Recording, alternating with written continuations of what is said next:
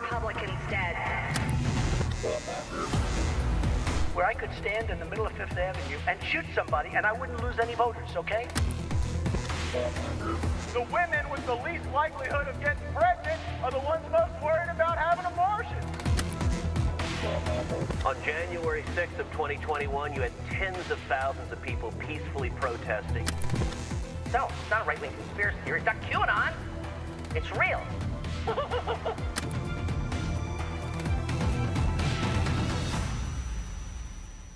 Welcome back to Rick Wilson's Enemies List.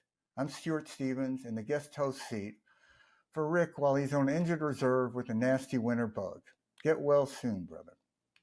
On the Enemies List podcast, Rick talks a lot about the enemies of freedom and democracy, those people and groups who've made his enemies list. Today we're talking about a different enemies list. It's one much more in the terrible tradition of Senator Joseph McCarthy's enemies list. And it's where Trump, his supporters in and out of elected office, and some of his cabinet nominees intend to take us. Trump promised to prosecute his political enemies in a second term. He's been clear he intends to pervert American justice and weaponize the courts and the Justice Department to do his bidding. But Trump can't carry out harassing, intimidating, investigating, and prosecuting his political opponents alone. He needs the weak, the corrupt, and those willing to be loyal to one man instead of our country to be in positions of power. Pam Bondi and Kash Patel fall squarely in those categories. During her confirmation hearing, Pam Bondi, Trump's pick for Attorney General, refused to say if she would keep the Justice Department independent of Trump.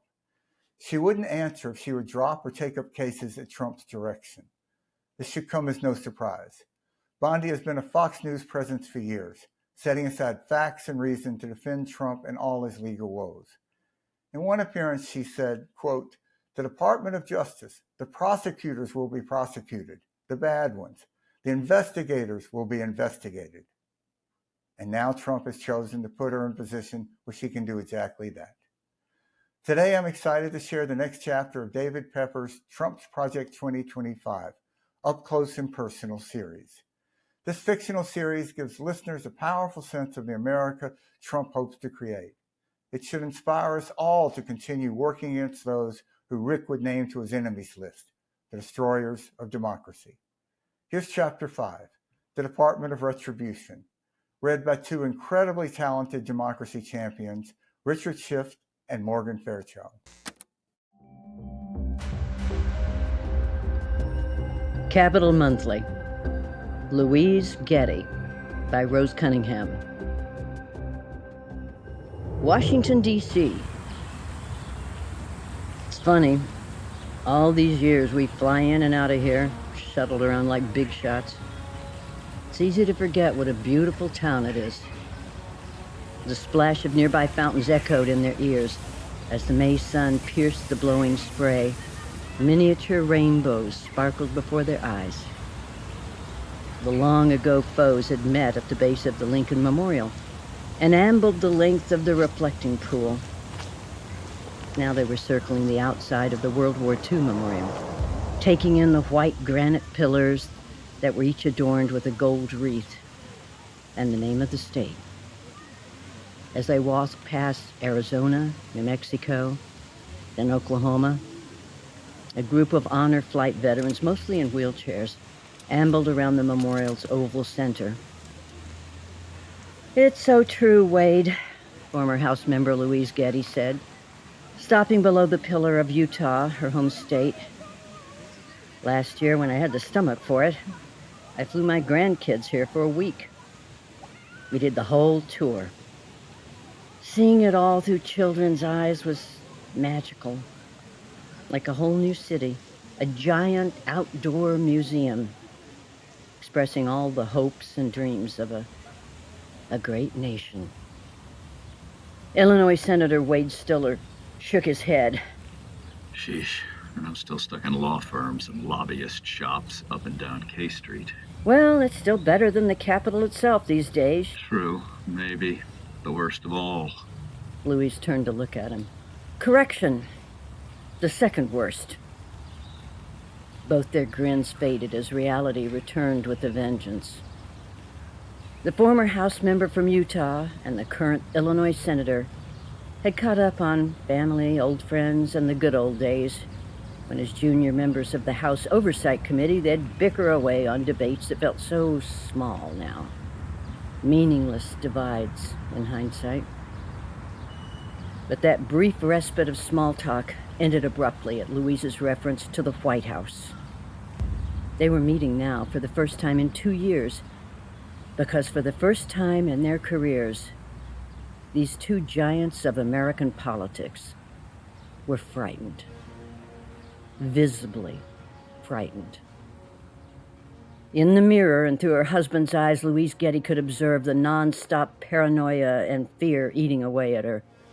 Her hair was now almost fully gray. Always thin, she'd still lost 15 pounds in 6 months. Never-ending nausea ruined her appetite, and she'd felt on edge all the time, snapping at the man who'd stood loyally at her side for 40 years. Her 3 kids gently suggested she seek counseling. Her first appointment was back in Provo next week. Senator Stiller looked even worse. 10 years younger than she was, the most eloquent man in Washington was a pale, gaunt version of his old self. He used to carry his stately 6'2" frame ramrod straight. Now he hunched. The inner corners of his eyes were a pinkish red, and his hair was both thinner and grayer than the last time they'd seen each other. That was 2.5 years ago. After the GOP primary voters of her Utah district tossed her for being a traitor. Most prominently, though, the senator's hands tremored. He kept putting them in his pocket to hide it, but he spoke with his hands. Every time they came out, she noticed. The two were both such strong figures. Neither wanted to speak first following Louise's comment, because this meeting was a joint admission of weakness. And you don't ever want to acknowledge weakness in Washington, let alone fear. But fear they felt from one certainty, that they weren't just on the president's list, as it was loosely referred to in the Beltway, but they were as high on that list as any 2 people in the United States. And as events playing out in real time made clear, anyone on the list was in the crosshairs of a fully weaponized federal government. Wade, it's clear I'm being followed. We assumed it was coming. We waited and watched. And then in mid-February, they started showing up. Creepy cars down the street, creepy men in public places. If we weren't looking, we wouldn't have noticed. But it was obvious. The senator nodded. Trust me, Amy and I saw it too in our private space, but also in both my D.C. office and the district offices back in Illinois. They began walking again. They're all over our phones, probably our computers. A couple new interns in our office are clearly plants. They stick out like sore thumbs, so we're careful. We also don't want to let on that we know. Over the years, Louise and the senator had both received numerous classified briefings by FBI leadership. More than almost anyone in America, they understood the tactics and technologies and toys that were used in sting operations. Ironically, they knew at least as much as the political henchmen suddenly in charge of those agencies. Louise laughed. That's the problem with tossing everyone out. This new crew may be partisan and dangerous, but they're sloppy. They passed Texas. Stiller shook his head. Subtle, too. The treason and political crime section. Orwell himself would have blushed at the name. Ha! Louise cringed. Word had it that the new section, led by one of the phony electors from Arizona, would be the instrument of the president's political payback. They stopped in front of Stiller's, Illinois. Several bouquets of fresh flowers lay at their feet. Land of Lincoln, Louise said, looking up at the pillar, and then over at Stiller. The president whose stark portrait sat behind her office desk from her first day in the Utah State House to her last day in Congress. Her constant reminder to always be true to herself, despite the daily pressures to do the opposite. The senator looked down at the flowers, and then out at the veterans. Some were listening to a guide, others were just admiring the memorial that honored their service. Amazing what so many sacrificed for this country only to leave us where we are now. We tried, Wade. We did all we could. That just needed more of us. Louise thought back to the thousands of hours they'd all put in, digging up every text and floor plan and email proving just how aggressively the president had worked to undo an election he knew he'd lost. We will never give up. We will never concede. It doesn't happen. You don't concede when there's theft involved. USA! USA! How he'd frozen out top staff members who'd try to stop him, pressured officials here and across the country, and unleashed thousands of stormtroopers to disrupt the vote count on that cold January day, all to effectuate the plan. By mid-December 2020, Louise had known her colleagues were up to something. The worst of her colleagues, at least. Whispers in the hallways. Meetings and even tours without a place outside groups. Multiple visits to the White House, which they couldn't help but brag about. She'd laughed at the absurdity of those eager beavers in on a top-secret plan, but wanting people to know they were in on it. A few years back, these House members had been annoying little gnats that she and other longtime Republican leaders ignored as irrelevant. But gerrymandering had swelled their numbers, and the president had empowered them, so by December 2020, they were running the place. Still, she was shocked that these lemmings and bozos came so close to success on January 6th, with an armed mob roaming the halls of the Capitol, hunting to find her, the vice president, and anyone else they could get their hands on, and to do God knows what if they'd found them. They reached the Tennessee pillar. Louise herself had sat in on most of the special committee's depositions, hours and hours of them. At first, she'd thought it would be awkward cross-examining fellow Republicans she'd known and worked with for years. But once the depositions started, it wasn't awkward at all. From what they said and did, it became clear she didn't know these people anymore. Lawless traitors willing to trade what made America great for one man's unhinged and corrupt ambition, which made the depositions easy. Hammering away to root out and compile every detail of their conspiracy, of their historic crime, seizing American power illegally. And even though she'd never been a talker in committees, the panel's public hearings proved just as easy, methodically exposing the narrative of precisely what they'd done, backing up her words with videos, screenshots, documents, so that every American would understand and believe. And equally importantly, so that the DOJ would finally wake up and do its job of holding them all accountable, up to the President of the United States. And it worked. But by the end, any American listening understood the traitor's plot. And the DOJ did step up. Just not early enough to matter. When too many of the chief insurrectionist judicial appointees used their power to slow things down.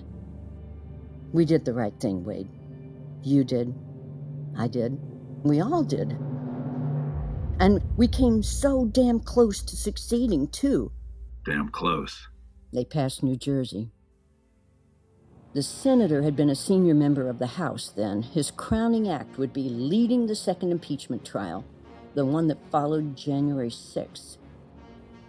Louise had watched every moment of it in awe. The entire committee was impressive, but it was Stiller's moment to show the country his towering strength and skill, and he did.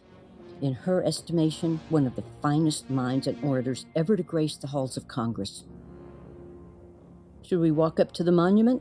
Louise asked. After you. As they reached one side of the street that lay between them and the path up to the Washington Monument, the crosswalk light turned red. A few tourists scrambled across, but the two stopped to wait. And that's when Louise noticed him. A young man in his early 30s, khakis and sport coat, sunglasses on, walking behind them. Their sudden stop threw the man off, so he halted 15 feet to their rear, suddenly still, all by himself, trying to look casual, but failing. She'd noticed the same man ambling around the memorial, too. A chill ran down her spine. As much as she was being followed lately, she still couldn't get used to it. "Senator, we're being tailed," she whispered. I have no doubt. Just keep walking and talking. Still better than being on a phone. They waited 10 more seconds, then crossed the street without saying a word. The senator was trying to play it off, hands deep in his pockets, but his lips were trembling. This is why they were both aging so fast. As powerful as they had always been, they were now completely vulnerable. A total loss of privacy and control. Hounded by federally deputized ideologues, somehow the youthfulness of their tormentors made it worse. Government henchmen younger than their kids.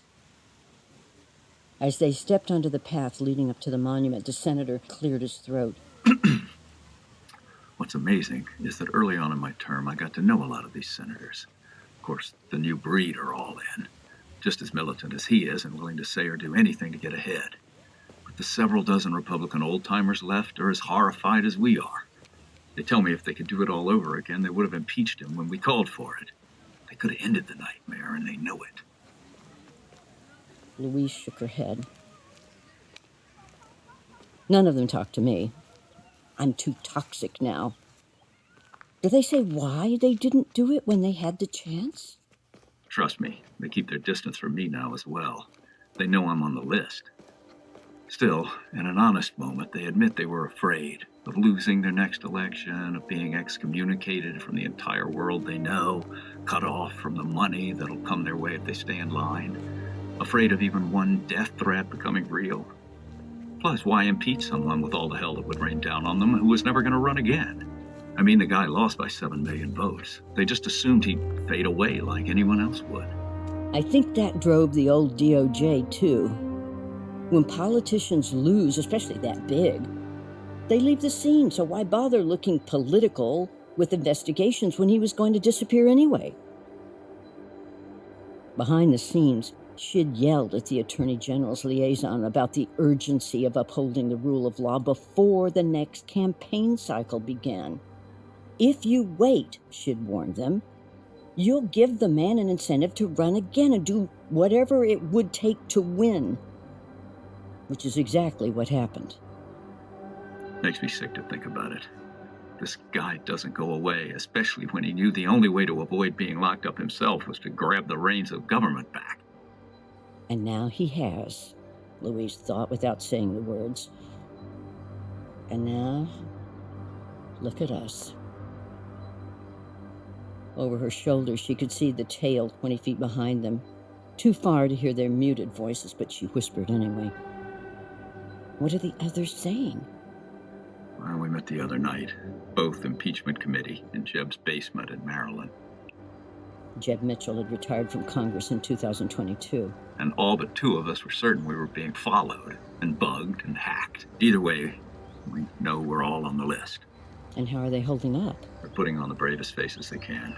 Then he grinned. But no offense. Most look like you and I do about right now. Frazzled, scared. We all know we've done nothing wrong, but we also know that doesn't matter with today's DOJ, FBI, and court system. Louise grimaced.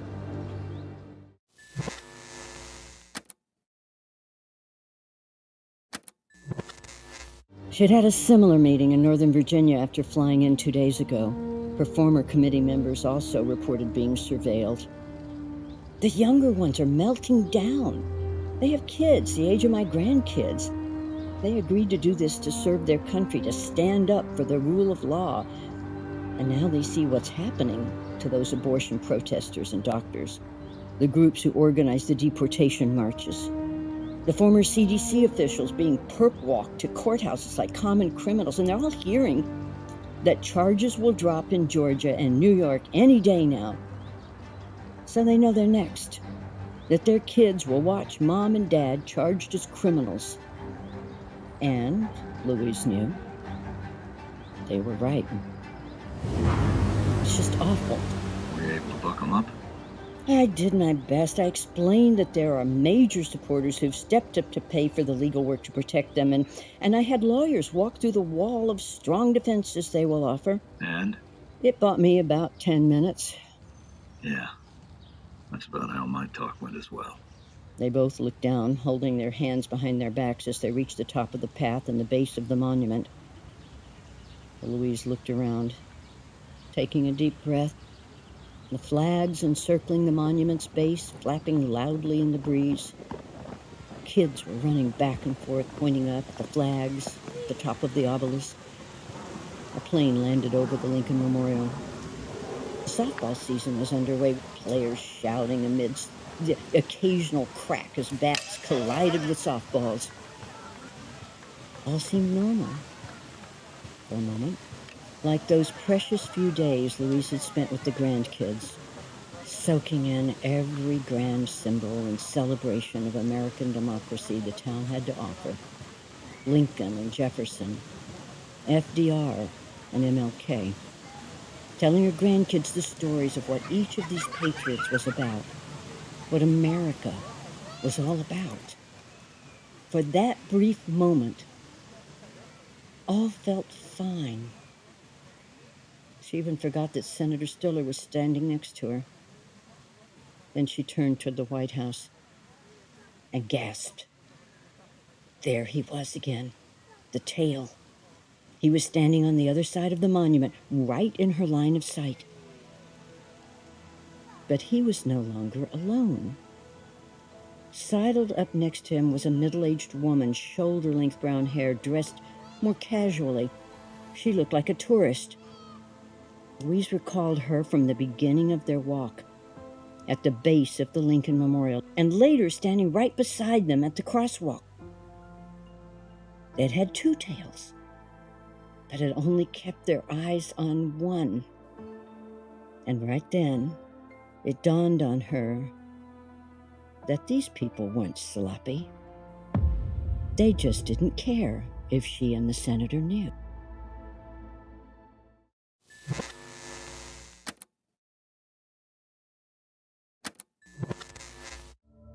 Capital Monthly, Woody Nuxhall, by Calvin Stegman. Washington, D.C. Howdy, fellas. Woody Nuxhall strode into the conference room for a Monday morning's meeting, slamming the thick cherry door behind him, harder than he meant to. The adrenaline coursing through him matched the rush of sitting in a tree stand on a crisp Montana morning. These weekly meetings, when his young guns came together, were the best part of his new dream job. Director of the Treason and Political Crime section of the Department of Justice. As he asked his friends back in Arizona, what could be more fun than that? Your dad would be so proud of you, but it sure is a mouthful, his old boss back in Prescott, Arizona had said when Woody shared the news of his appointment in late January. Yeah, but almost every word means one thing, Woody replied. What's that? Power. Just over 3 months later, having relocated his wife and 5 kids from Barry Goldwater's hometown to the nation's capital, Woody was still amazed by just how much power. Sure, he'd been a right-wing sensation as a state senator, going viral in his white pinch-front cowboy hat and bolo tie as he led the charge to undo the bogus 2020 Arizona election. Near weekly rounds on far-right television, radio, and podcasts, social media likes and shares, sound bites, memes, and clips. His rise culminated in regular calls from the president, checking in on Arizona, and a convention speech on the third afternoon in Milwaukee. which had earned a rousing ovation and sparked chatter of a Senate run. But in the end, it was still all talk. This job was real power. First, because the president himself had empowered him with a bold and wide mandate. And second, because Woody had assembled a team of all-stars to get it done. "Let's get started," he said, staying on his feet, as always. His 10-member team sat 5 on a side of the thick rectangular oak table in front of him. But as they turned his way, they weren't just looking up at their boss. Behind him, high on the wall, was the head of a huge black bear he'd killed a few years back in Wyoming, along with the Springfield rifle he'd used to shoot it dead. His team's reminder, they too were hunting trophies. The Young Guns, he'd called them, the first time they'd sat together in late February. All were in their mid and early 30s, the best young prosecutors America had to offer. He'd wanted them young and from the outside both the federal government and the Ivy League corridor, to ensure that they weren't already corrupted by the old ways of thinking. Institutionalists, as the hacks and bureaucrats they'd replaced pathetically called themselves, like a fucking religion or cult to a bloodless bureaucracy. As if so-called independence was more important than executing the demands of the most powerful man in the world. Helpfully, the transition had started months before the election, and thousands had sent in applications. Even before flying to D.C., Woody had sifted through resumes from across the country, along with references from party and political leaders. But he didn't stop with the initial trove. He also reached out to fellow partisan warriors around the nation, soliciting recommendations for the best and brightest badasses.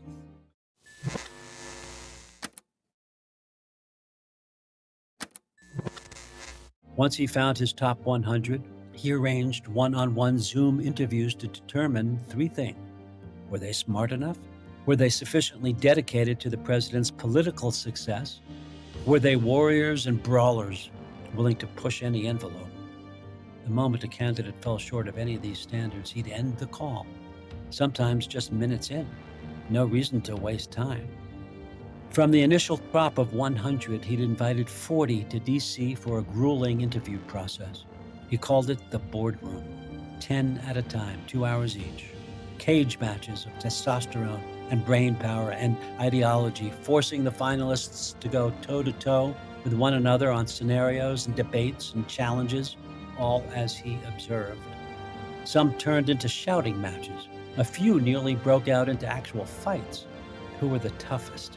Who would go the farthest? Who dominated? From those grueling hours, Woody narrowed down to his 10 young guns. The 10 smartest, cockiest, most loyal, most politicized, and most right-wing prosecutors.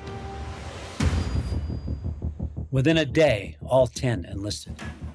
The first 10 Assistant United States Attorneys General in the DOJ's new Treason and Political Crime section. Pioneers, he called them.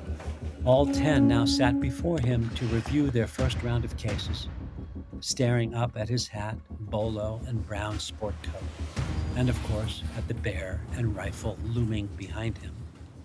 Who's first? 6 hands flew up, a hunger that confirmed the boardroom had achieved its goal. He took note of those who didn't raise their hands. "Hey, cowboy, start us off."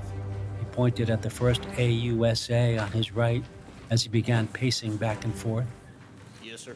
From just 2 words, it was clear Reggie Gibbs hailed from Texas, and his buzz-cut, leathery skin and hawk nose struck an imposing impression. The combination was why Woody handed him one of the plum assignments, state-level traitors. We're all over New York and Georgia cases, sir, and getting started on the Michigan and Arizona ones as well. Getting started? Yes, sir. New York and Georgia got way down the line against the president last year. Did real damage. Taking them down first will send a crystal clear message, so we're putting more resources there first. Woody nodded. It was the right move, and he was willing to put aside his own quest for payback for being charged as a fake elector in Arizona. Those elector trials had never gotten out of the gate, while the prosecutors in New York and Georgia had wreaked far more havoc, gotten famous for it too, which meant the splash of going after them would be far greater. Plus, this was about the president, and the man absolutely despised the impression left by those two prosecutors attacking him. We've had surveillance on the ground for a month. In both cases, we got taps on the judicial chambers, the prosecutors' offices, and their homes. We're going to get their cells. And we got sources on the inside tracking down whatever documents they can. And who are you tapping, exactly? The judge, that daughter of his, the two prosecutors, Georgia Secretary of State, too, given all that he did. Getting a ton of good stuff already. They are running scared. We found enough politics in their chatter to show this was never about the so-called crimes.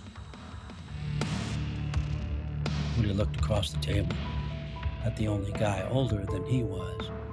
I assume you're okay with all of this? He asked, winking. 46-year-old Emmett Sands was the only previous DOJ lawyer in the group. The only guy who'd worked in D.C. for longer than an internship. The only guy with an Ivy League degree. Emmett Sands was instrumental to the team, an old appellate guru who'd clerked for the conservative Supreme Court justice who'd authored many of the opinions that liberated them to do what they were now doing. Emmett had also served as the Deputy Solicitor General during the president's first term, writing many of the briefs that led to the most helpful decisions. Add it all up, and no one in the nation knew the law of politics better without having to look a thing up. Even better, no one understood the outer boundaries of the open lawfare they were waging, and what the court would allow them to do. It's 100% okay. This stops. Emmett had explained the basics at their first meeting, fortified by an aggressive president, new rules freeing DOJ up to be as political as they wanted, and recent Supreme Court rulings. The young guns could pretty much do what they wanted. Oh, those clowns in New York and Georgia were acting for purely political reasons. He was a candidate for the presidency, for God's sake, and they were attacking him for things he did as president before. He has every right to pursue them now as part of the official duties of his office, which means, under the new DOJ operating rules, we do as well. Our new counterparts see it the same way. It helped that the president had revolutionized the FBI as well.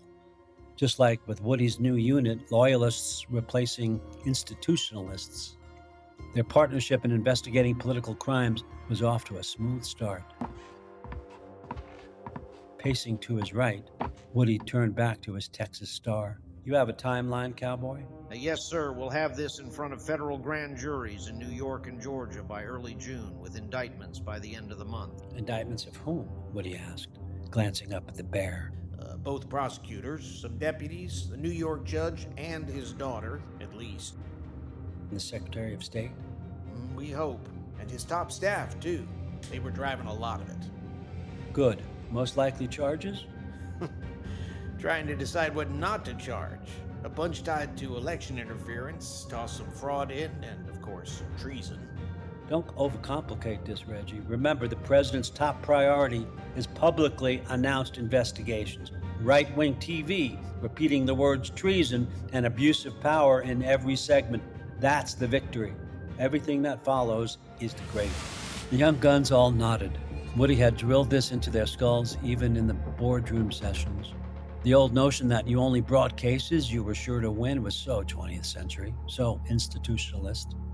Investigations, charges, and leaked tidbits of evidence dominated the airwaves of friendly media, destroying and bankrupting the enemy before a trial ever started.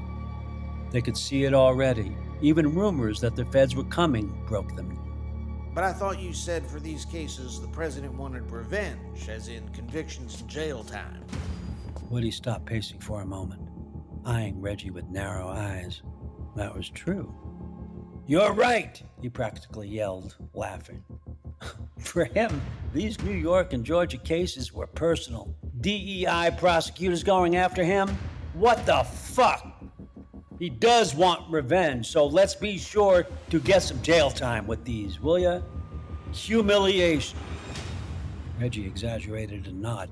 Yes, sir, you can count on me. Woody scanned the room. Who's next? A long, slender arm sprung up to Woody's left. Utah, what you got? Cade Peterson was a former BYU small forward who'd been a star law student and prosecutor.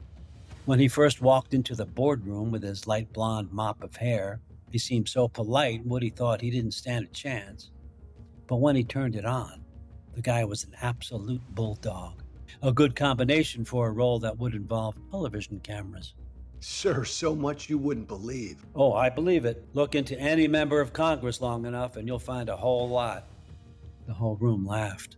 They all knew Cade's portfolio was a top presidential priority, another revenge assignment, targeting the current and former members of Congress who had gone after him during and after his presidency. The members of the 2 impeachment committees and the January 6th committee, along with the prior speaker who put them all there. The president blamed the first committee for his re-election loss, and the second and third for humiliating him and costing him millions. He demanded payback for all 3. While the impeachments and January 6th stuff were all pretty clean. Most of these people have all sorts of other stuff we can go after. Campaign finance, insider trading, personal problems, and skeletons. Woody ground his teeth as his body temperature rose. Maybe this kid was too much of a Boy Scout after all. Fucking A, Utah, that's penny ante bullshit. I'm not sure you understand this assignment. But sir, you said you wanted us to look into every shit they've ever taken. Of course, but the highest crime they were part of is the January 6th committee and the impeachment committees. That's what the president wants revenge for. The whole point is to show America that those bullshit investigations were corrupt from the outset. The illegitimate weaponization of the federal government against its own president. This is about writing the history books. We need those committees to have zero credibility by the time you're done. Woody slammed his hand on the table for effect. We don't do that by settling for insider trading bullshit? Or not reporting campaign donations correctly? Shit. All our guys do that as well. We do it by attacking the committees as the fucking treason and abuse that they were, especially by the Republicans who were part of them. He froze, then looked around the room, 10 wide-eyed faces staring back at him. Emmett Sands was the only one grinning, enjoying the tirade. You got it? Yes, sir. Cade replied sheepishly. And are you up to it?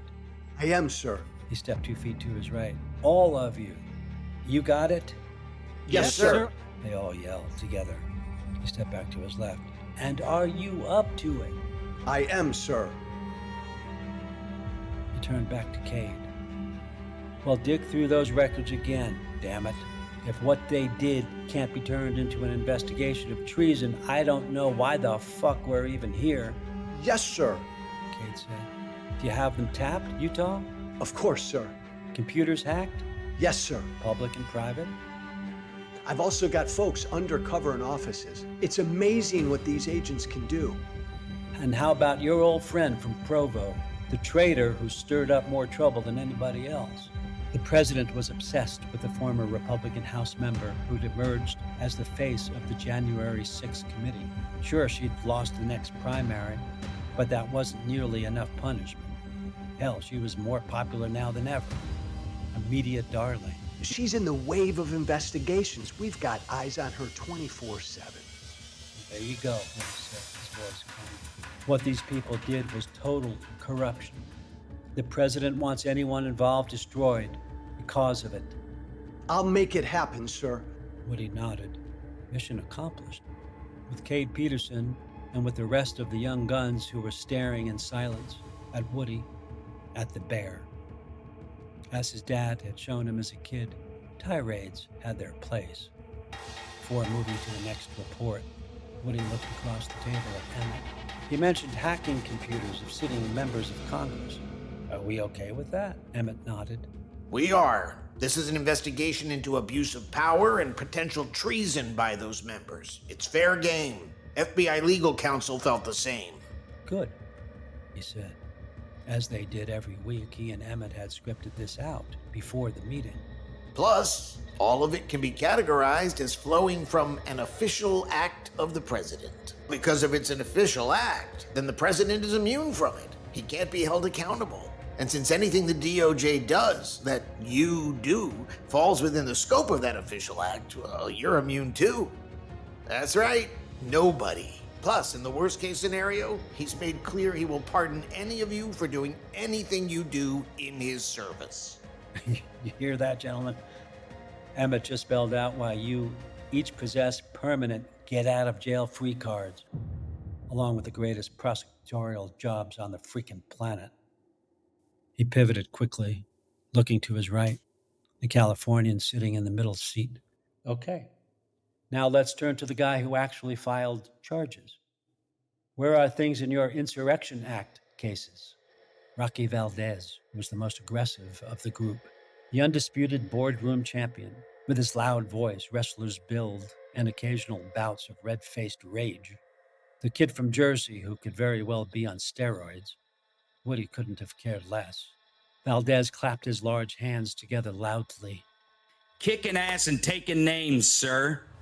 These people are going to regret ever taking one step in protest, let alone publicizing all they did on social media. We're going to get them for everything they got us for on January 6th and then some. Which protests are we talking about? All the big ones, the inauguration ones, the deportation ones, the abortion ones, all those freaks whining about school vaccine freedom. We're sending a message way beyond D.C. and New York. Our guys on the ground are working with local sheriffs to roll up insurrectionists in Ohio, Pennsylvania, Florida, and Virginia. Women especially got out of control after the abortion order. You should see what they did to that Pittsburgh courthouse. They won't be doing that again. I guarantee that.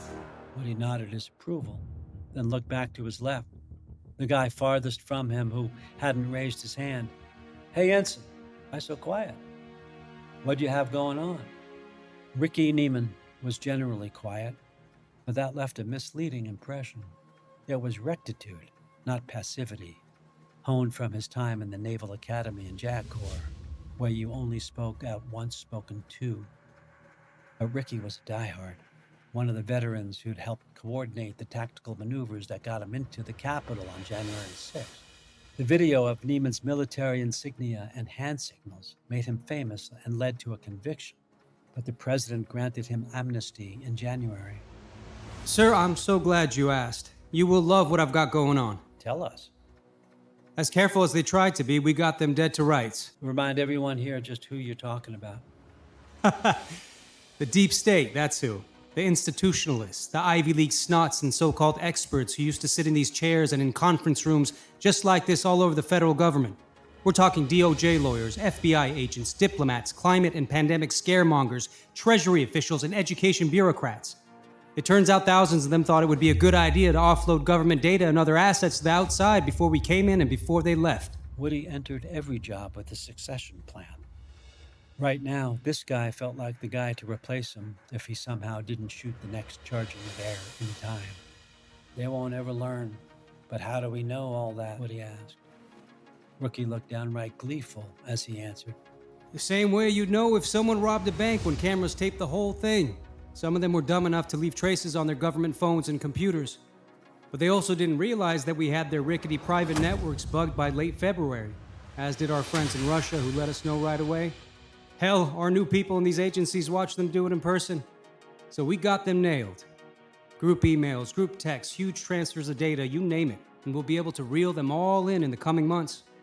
And just like you wanted, we'll get them for theft, espionage, and treason, open and shut cases. Woody chuckled. We got more receipts than a cash register on the old CDC and pandemic team.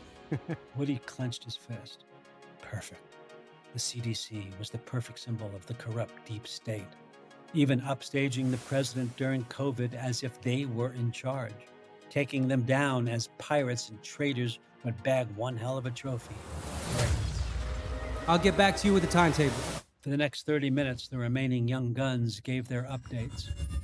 Surveillance and investigations were underway of labor unions and left-wing political groups. They also were targeting the right-wing business groups and figures who hadn't supported the president in last year's primary, hunting rhinos, Woody enjoyed calling it. From arcane tax code violations to corruption, they would all soon face charges.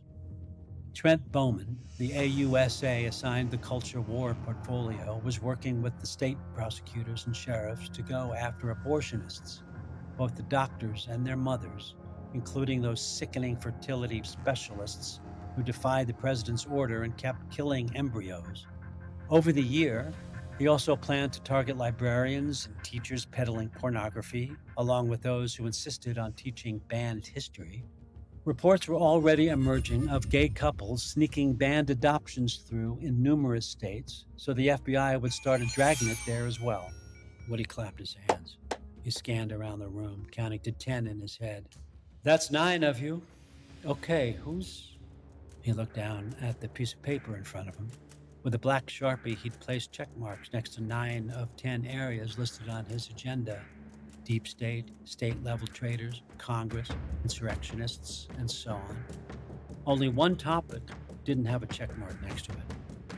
Media, fake news. Before he could look up, a high-pitched twang broke in. That's me, sir. Odd. It was Luke Willis, the normally sweet-talking prosecutor out of Tennessee. Luke was so good on his feet that he'd helped both Tennessee senators and the current governor do debate prep in recent years. Playing their opponents, he'd wiped the floor with all 3 candidates, which is why they'd effusively vouched for him for this job. Luke was never shy. He's so quiet, Luke. Well, sir... With an awkward grin, Luke and the rest of the young guns looked to Woody's left. Reporter's note. They were looking directly at me. Woody turned to his right, remembering that a reporter was sitting in the corner. He walked over and patted him on the shoulder, then gave it a hard squeeze. Sorry, Mr. Fake News, he said as the young guns laughed out loud. This is the part where you're gonna have to step outside.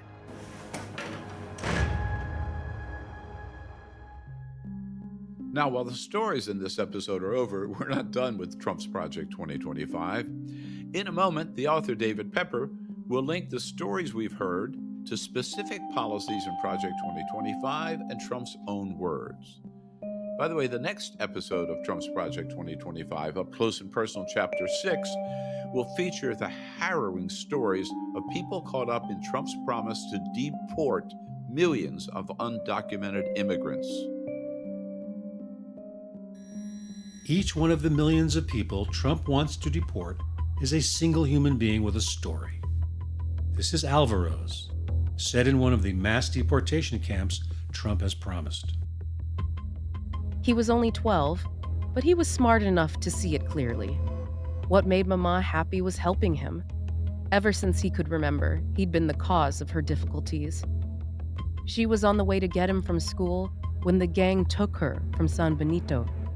Before escaping to America, she had come back for him. He knew now that the journey had been far more difficult because he was with her. Things she had to do with the men who were helping them, all to keep him safe. They were in this camp because of him. It was all mothers and children, the family center, they called it.